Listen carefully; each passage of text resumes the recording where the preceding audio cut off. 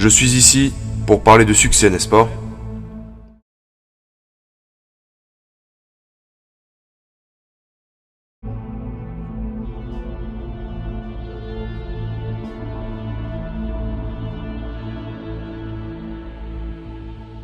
La première règle du succès est d'avoir une vision. Parce que voyez-vous, si vous n'avez pas de vision de l'endroit où vous voulez aller, et si vous n'avez pas un objectif précis, vous allez juste tourner en rond et n'y arriverez jamais. C'est comme, vous pouvez avoir le meilleur navire au monde, vous pouvez avoir le meilleur avion du monde. Si le pilote ou le capitaine ne sait pas où aller, il va juste se perdre, il finira au mauvais endroit. Donc, j'ai été très chanceux d'avoir trouvé ma vision. Je veux dire que, vous savez que je suis né en 1947 en Autriche, après la Seconde Guerre mondiale. Et je savais que je ne voulais pas rester en Autriche toute ma vie. J'étais impatient d'en sortir. Je ne pouvais pas me voir, moi aussi, devenir un agriculteur ou un travailleur en usine, ou quelque chose comme ça. Même si, bien que mes parents voulaient que je reste, et que mon père, qui menait une vie normale, voulait que je devienne un officier de police, comme il l'était.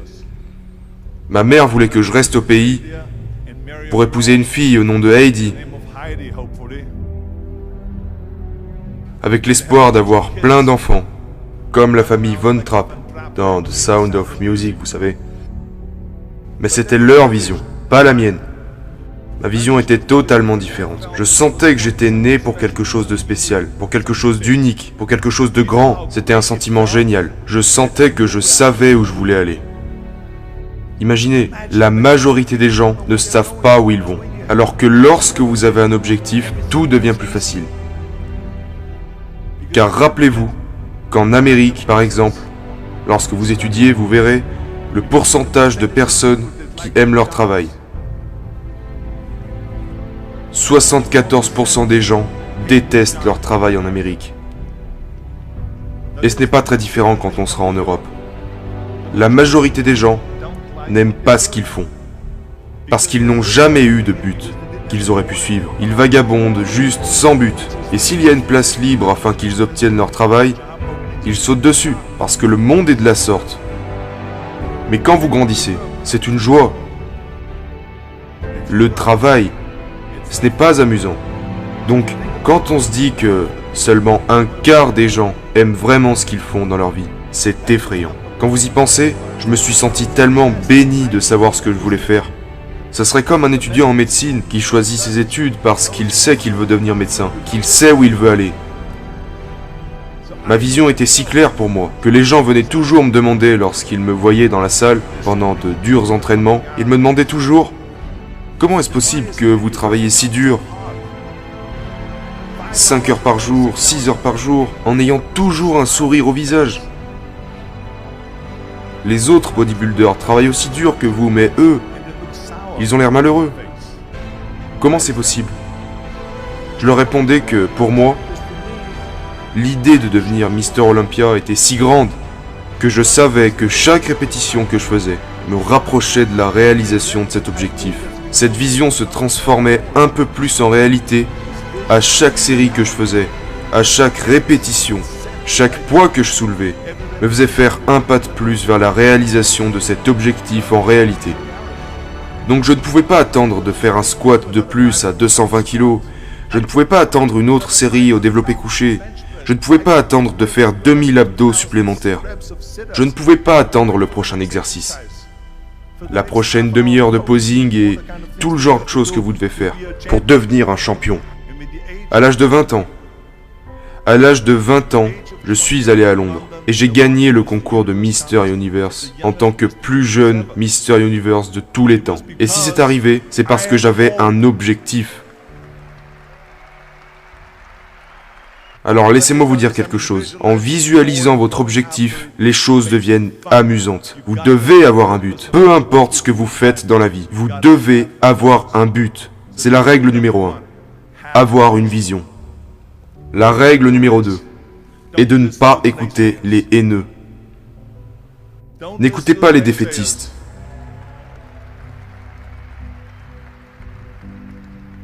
Dans tout ce que j'ai entrepris, il y avait toujours des gens pour dire « c'est impossible ».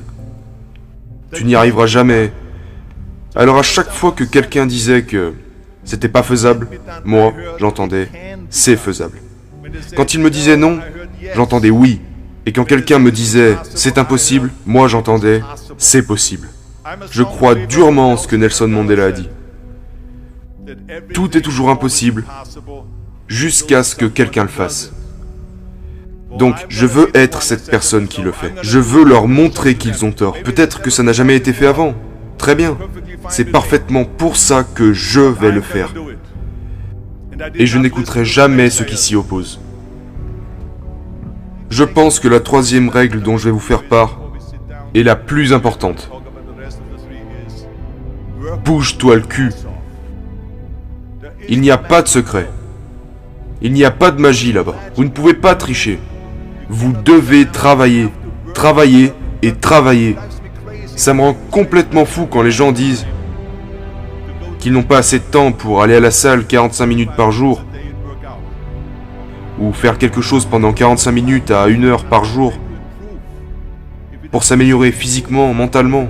Vous pouvez imaginer lire 1 heure par jour. Combien de livres aurez-vous fini après 365 heures? En 1 an. Imaginez que vous lisez des études sur l'histoire des musiciens et compositeurs. Tout ce que vous saurez à la fin. Imaginez si vous travaillez sur votre entreprise et quelques affaires que vous voulez développer chaque jour pendant 1 heure. Imaginez à quel point vous pourriez en tirer des résultats. Et ils me rendent fou parce que nous avons, vous savez, quand les gens disent qu'ils n'ont pas le temps, nous avons tous 24 heures par jour. Nous dormons 6 heures, donc il nous en reste 18. Mais je vois déjà arriver la personne qui vient pour me dire « Oh, mais moi, il me faut 8 heures. » Bah, dors plus vite.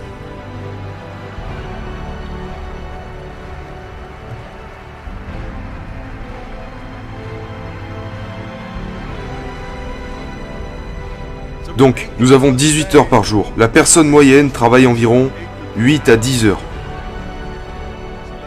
Supposons qu'elle travaille 10 heures.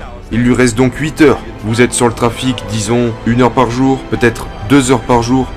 Après ça, vous avez encore 6 heures de temps libre. Que faites-vous avec ces 6 heures? Qu'est-ce que vous en faites? Alors oui, nous devons manger. Peut-être que vous parlez un peu avec les gens et tout ça. Mais est-ce que vous vous rendez compte du temps qu'il vous reste si vous organisez vos journées de sorte à ce que vous travaillez dur? Je veux dire, laissez-moi vous parler de quelque chose. Quand je suis allé en Amérique, j'allais à l'université. Je m'entraînais 5 heures par jour. Et j'avais un poste dans la maçonnerie. Parce qu'à cette époque, il n'y avait pas beaucoup d'argent dans le bodybuilding. Et je n'avais pas l'argent pour des compléments alimentaires ou quoi que ce soit. C'est pour ça que je devais travailler en tant que maçon. J'allais à l'université, je m'entraînais 5 heures par jour. Et le soir, de 20h à minuit, je prenais des cours de théâtre 4 fois par semaine. Je faisais toutes ces choses. Je ne laissais pas une seule minute se dépenser mal à propos. Je suis devenu très ami avec Mohamed Ali dans les années 70. Mohamed Ali s'est vraiment bougé le cul. Et j'ai pu le voir de mes propres yeux à l'entraînement. À un moment, un coureur sportif était présent lui aussi dans la salle, pendant qu'il s'entraînait. Ali était en train de faire des abdos, quand le coureur s'est approché et lui a demandé « Combien d'abdos faites-vous, monsieur Ali ?» Et Ali répondu « Je commence à compter que lorsque ça commence à faire mal. » Pensez-y, il commence à compter que lorsqu'il commence à ressentir la douleur. C'est ça, travailler dur. Et donc, vous ne pouvez pas faire autrement que bosser. Et je crois en ce que Ted Turner a dit. Il a dit « Couchez tôt, levez tôt, travaille comme un malade et fais de la pub. »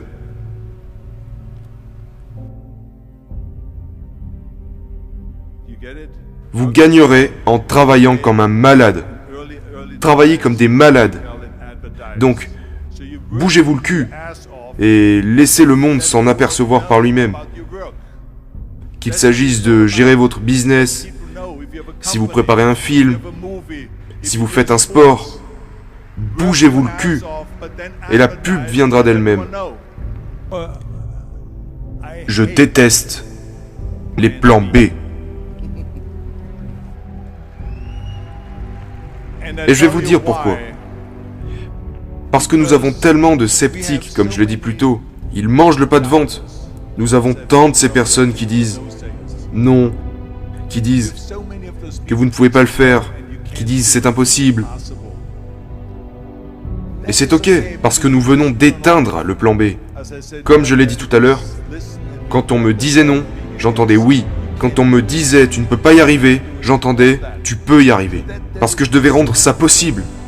Vous voulez faire quelque chose? Faites-le parmi toutes les personnes négatives autour de vous. Mais quand vous commencez à douter de vous-même, ça devient très dangereux.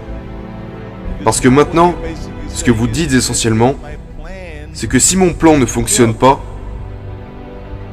j'ai toujours un plan de secours, un plan B. Cela veut dire que vous commencez déjà à penser au plan B. Et chaque pensée que vous accordez au plan B vous enlèvera maintenant cette pensée et cette énergie que vous accordez au premier plan.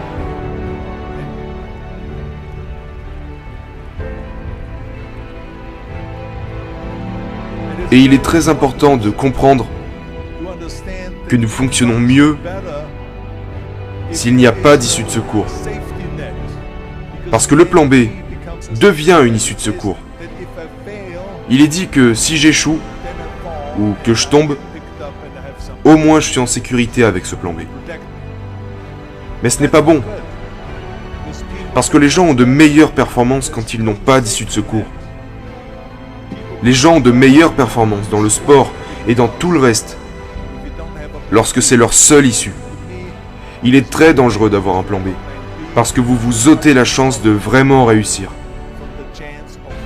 Et la raison, l'une des principales raisons pour laquelle les gens veulent avoir un plan B, est qu'ils ont peur d'échouer, et se disent « Si j'échoue, je n'ai plus ma chance autre part. » Bien, laissez-moi vous dire quelque chose. N'ayez pas peur de l'échec. Parce qu'il n'y a rien de mal à échouer. Vous échouez pour grimper les échelons. Il n'y a personne qui n'a jamais échoué. Nous perdons tous. Et c'est ok.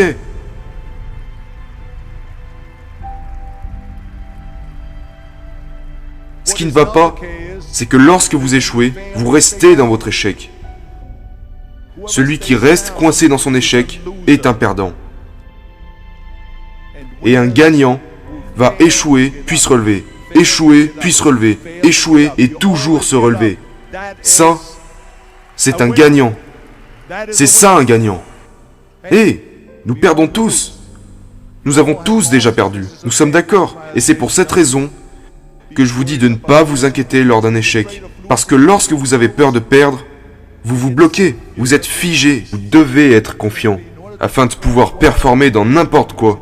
Si c'est dans la boxe, ou dans votre travail, ou avec vos pensées, vous n'y arriverez qu'en étant détendu. Alors détendez-vous. Il est normal d'échouer. Mais nous allons tout faire et donner tout ce que nous avons, et c'est de ça que je parle. N'ayez pas peur d'échouer. L'une de mes 6 règles du succès est que vous ne pouvez pas vous sentir complet en tant que personne que si vous réfléchissez à ce que vous pouvez faire pour votre collègue à côté de vous qui a peut-être besoin d'aide. Je me sentais comme si tout le monde avait une motivation différente. Et c'est pour ça que je suis allé en Amérique. Et j'ai vu comment l'Amérique était. L'Amérique était le pays le plus généreux au monde. Je veux dire qu'ils m'ont accueilli les bras ouverts. Ils m'ont aidé. Ils m'ont invité pour le dîner de Thanksgiving. Ils m'ont fait rencontrer des bodybuilders, accueillis dans des salles pour m'entraîner, m'ont apporté des assiettes à mon appartement, parce que je n'avais pas beaucoup d'argent. Je n'avais pas de lit, pas d'oreiller, ni de couverture. Je n'avais pas de télévision, je n'avais pas de radio, je n'avais rien. Ils m'ont apporté tout ça à mon appartement. Ils m'ont aidé. Et cette générosité en Amérique se ressentait en moi, en tant qu'immigrant. Ils m'ont tellement aidé que je devais leur rassurer que je leur donnerais quelque chose en retour.